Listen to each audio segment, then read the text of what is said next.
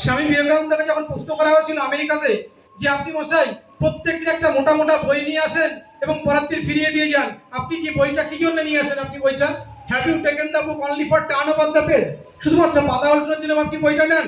তখন তিনি বলছেন, I have not taken the book only for turn over the page, I have taken the book to essence the inner meaning of the book. এই বইটা আমি শুধু পাতা উল্টানোর জন্য নিচ্ছি না, বইটা সারমর্ম উপলব্ধি করার জন্য বইটা নিচ্ছি। তখন লাইব্রেরি ম্যান বিশ্ববিষ্ট হয়ে ওই বইটা টেনে প্রশ্ন করলেন, প্রশ্নের পর প্রশ্ন করছেন। তখন সারপ্রাইজিংলি স্বামী বিবেকানন্দ কি করছেন, পেজ ওয়াইজ লাইন ওয়াইজ সুন্দরভাবে উত্তরগুলো দিয়ে যাচ্ছেন। তখন বলছেন তিনি যে how can it be possible, are you a great man, কিভাবে সম্ভব হচ্ছে, আপনি একজন বিখ্যাত মানুষ? তখন স্বামী বিবেকানন্দ বলছেন, no I am not a great man, but the real fact I am the concentric of my ideal. সত্যি ঘটনা হচ্ছে আমি আমার আদর্শে সুকেন্দ্রিক। তিনি ঠাকুর রামকৃষ্ণের কথা বলেছিলেন। তাই আমরা যদি আদর্শে সুকেন্দ্রিক না হয়, আমরা যদি আমাদের জীবনটাকে তার শ্রীচরণে অর্পণ করে দিতে না পারি, তাহলে কিন্তু আমাদের জীবনটা সোনায় বৃথা।